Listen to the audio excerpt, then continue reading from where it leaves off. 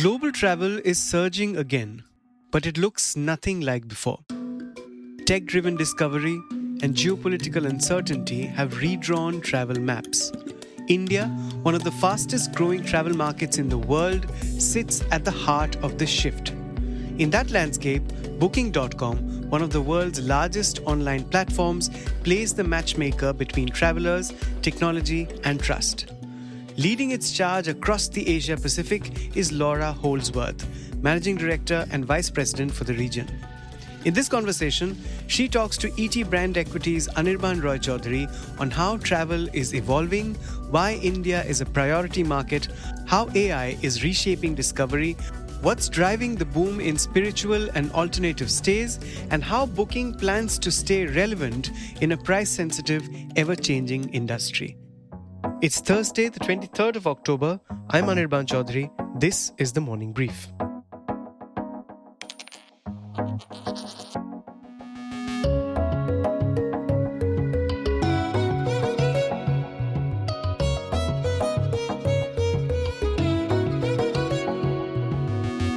So, your latest annual report, it says recovery is sort of uneven. We are seeing the geopolitical situations, the tariff flip-flops, of course. Is the business impacted? And, does that mean that you'll have to constantly go back to the drawing board to strategize and re-strategize, considering the geopolitical situation? I would say that is there disruption? Absolutely. Does it change overall business size? No. And I think this is the interesting part that we've seen through all the geopolitical situations. Typically, in the past, it would be very much, if something happens, travel stops. Mm-hmm. Now it's not stopping, it's pausing, it's pivoting, it's going somewhere different. Earlier this year in the US, travel declined for the first time. And then it started to recover a little bit slowly, but we didn't see a drop in our overall travel numbers. We just saw people going to different destinations. So travelers started to go to Mexico, to Canada. And I think that's what's really been exciting for us as an industry, to see that travel remains incredibly resilient, regardless of what happens. People travel differently, but then they're not stopping. In terms of then, does it take us back to the drawing board? No, I don't think so. It means that we can still deliver what a traveler's looking for. If they've changed their direction, we can still find them and meet them there. So it's not about scouting for new growth areas. No, I think we're a global platform, so it's not that we've got a focus on one particular market over another. We know certain areas are growing faster. India, for example, is a priority market for us at a group-wide level, and certainly for Booking.com, but that's not going to change. Where you travel, we talk about the domestic growth is very significant, but also inbound and outbound of India is growing. So while temporary things might shift that marginally, we don't anticipate that as a major shift. So we will continue to focus on the India market, but overall we have a global platform. So wherever you want to go, we think we can service it. Fantastic. You have mentioned India as a priority market several times. What are the top 3 ways in which Indian travel and accommodation market changed in the last 1 year, according to you? Well, it's pretty interesting, I think, for the Indian market. So this is the size of the growth opportunity. There's 138 branded rooms for every million people in India, versus globally in more mature markets, that's 1,500 per million. So that's, a huge growth opportunity that's happening. Yeah, a gap and an opportunity. There's a few trends that we've seen, and one of the ones that's happening globally to all travelers and all industries is, of course, AI and generative AI. But what we've seen in India, it's more prevalent than many markets, particularly even in the Asia-Pacific region. And we looked at our global travelers, and 69% of travelers said they use AI to search for less crowded places. That number is 82% of Indians. So there's this exponential use of technology here, but it's a digital first market. So that's probably not that surprising. I think there's other trends that continue to grow. The pilgrimages, the spiritual travel, which was traditionally group-led, is now becoming very independent-led. And so we're also working to make sure that our platform can surface those type of properties in the areas where people are looking to go to and have these spiritual moments and maybe activities around the pilgrimage that they're actually going for. We've also got a growth in alternative accommodation. We now have 14 different types of alternative accommodation available in India. So this is also a growing trend where people are looking for something unique, something different. And so, there's a few trends I think we're seeing, particularly in this market, or enhanced, I would say, in this market than what we're seeing globally. In your annual report, you have said that Booking.com has been cautious when it comes to post-pandemic deal making. Are you open to, acquisitions especially in Indian market where, local OTAs actually dominate the user behavior? I'd say we're always on the lookout, and if something material is available, we will definitely share it. That's not right now. Another issue that we keep reading about is over tourism, right? I mean, it's a growing concern for both travelers and the countries that are arranging the travel. Can you leverage data? You mentioned you have good repository of data. Can you leverage data to help travelers make more informed decisions when it comes to, real-time demand as well as, destination capacity? Absolutely. And we're moving more and more towards that because we believe, and our mission is to make it easier for everyone to experience the world.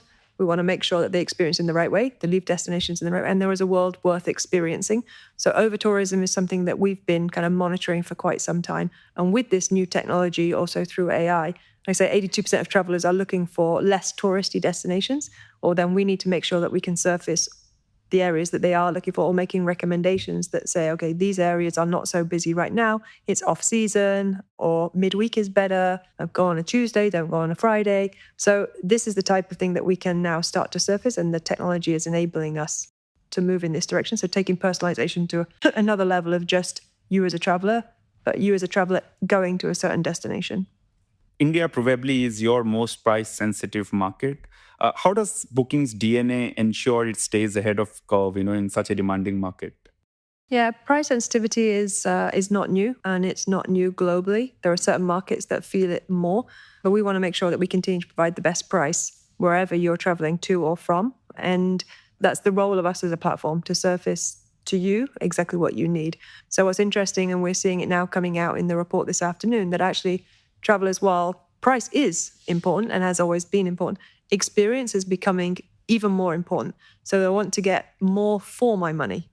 So maybe I don't mind to pay a little bit more as long as I get something more and I feel rewarded for what I'm doing and where I'm traveling to and where I'm staying. So yes, price will always be important, and we will make sure that we surface the right price for you. But the experience is also very critical. So is that what you are focusing on, improving the customer experience to stay ahead of the curve? Both. I think we still want to make sure that we're most competitive, of course, but then those potential added value items become very important. So surfacing and kind of the experiences that someone can have around a property or in a property, adding spa treatments, adding the golf game at a resort. So these type of things mean that travelers getting more for their money, and that becomes very critical. Fantastic. And how are you actually, or how is the group actually positioning Agoda and Booking differently or, together in India? Yeah, we work together very closely to make sure that, again, we are meeting travelers where they are. People prefer different platforms for different reasons. We also want to make sure that we're providing the right price on all the platforms. So we operate closely and independently at the same time. Is it one for one customer base and another for another customer cohort? In some cases, yes. I mean, there may be some overlap. There's those that tend to shop, maybe looking all the time. And then there are some that they get very used to using Booking platform, and that's where they go. Others may have the same for Agoda. I think that the market is big enough for both to grow. Agoda do much more. I mean, they're an Asia brand, so they do a lot of localization. Booking are very global and can deliver travelers from all over the world into India and outbound. So we maintain that strength. A few years back, if I would have done an interview, the first thing or first challenge you would be discussing is much like retail in India, that India's travel industry is very unorganized. Does that continue to remain a challenge for you? Or you see a lot of it has actually become organized because of the digital penetration? I think the digital penetration is helping a lot. And I think also there's a sophistication coming through technology, meaning that properties, traditionally the large properties or the groups or chains have been able to go online very quickly because they've got their infrastructure. Independent properties were not so much online because it was more complex for them and they didn't have the technology infrastructure. Now it's so much more readily available. And everybody also wants to get global reach. So then a platform like Booking is a quick and easy way for them to surface themselves to a traveler from Paris, for example, or a small place in the UK, or from Denver in the US. So I think properties and the accommodation space in India has adopted very quickly the technology and using platforms like Booking to get that global reach. You mentioned about alternative accommodations and the apartments, vacation homes. They continue to grow, and now they count about 1/3 of your room nights globally. Do you see a similar trend in APAC and India? Yes, definitely. It's very similar. And I think I mentioned 14 different types of accommodation in India. I mean, that's already quite significant. And of the 29 million listings we have globally, almost 8 million homes globally. So there are certain areas where people are looking for different types of experience. India is one of them. We also see intergenerational travel very prevalent in India. And that's also where it plays very nicely into alternative accommodation space, because you can now have a home that houses the whole family, cooking your own meals, because that's also very important. Different generations looking for different types of experiences. So we see this go very hand in hand in a market like India. One of the leaders in the alternative accommodation space is Airbnb. Why don't you even get into an association and take them over? We think we're already providing a good service to our travelers, and this space is one that is very important to us. But as is making sure we get the right property. You might think you're looking for a home and then find that actually this hotel is what you need, and vice versa. So keeping that breadth is very important for us. What specific advantages you are seeing from embedding AI in customer support and trip planning? I think it's that ability for us to be in every part of the customer journey. So from the inspiration phase to really tailoring something very unique for you, to making sure that you book the right thing at the right time, pay at the right time in the right way, get that support afterwards. And we've embedded, we've always been using machine learning and AI, but the generative AI takes it to a whole nother level. What we're finding is travelers are looking, it's not, I need a hotel or an apartment or a villa with a pool or a terrace or a hot tub. I need to feel really good. I want that vibe to be really cool. I want it to be kind of lively. That was been really hard in traditional kind of static, what does a hotel have or what does a home have? And that's where AI can help to build in that, okay, we understood that this person said it was very cool, or there was a really cool vibe there, or the kids loved it because there was a lot of noise and the kids were having fun. So that's the kind of stuff that typically comes through reviews. And AI helps us to surface all of that, and not just, you said you wanted a hot tub, because now you're not looking for a hot tub, you're looking for a cool place where you can hang out in a hot tub with a glass of wine, for example. So it's the technology allows us to do so much more. And so we're all in on it for every part of the journey. Are you also looking for other revenue drivers?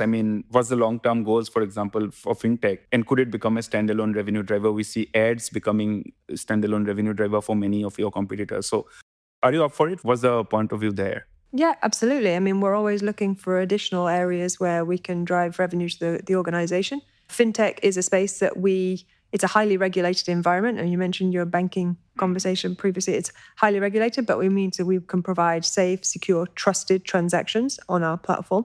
So the desire was not to be revenue generated. It was desire to facilitate the revenue that's generated through the platform, but in a way that is trusted by travelers. Ads, yes, we are growing our ad space much more. We were later to the game in this, but we are moving definitely towards that. And of course, we always look for opportunities to grow the organization. Many of your competitors have these co-branded credit cards that actually play a role in retention as well as loyalty. Are you also looking at that space? What's the point of view on that? Yeah, we just launched a co-branded card in the US. So that's a bit of a pilot for us to see whether that is something that we want to expand more.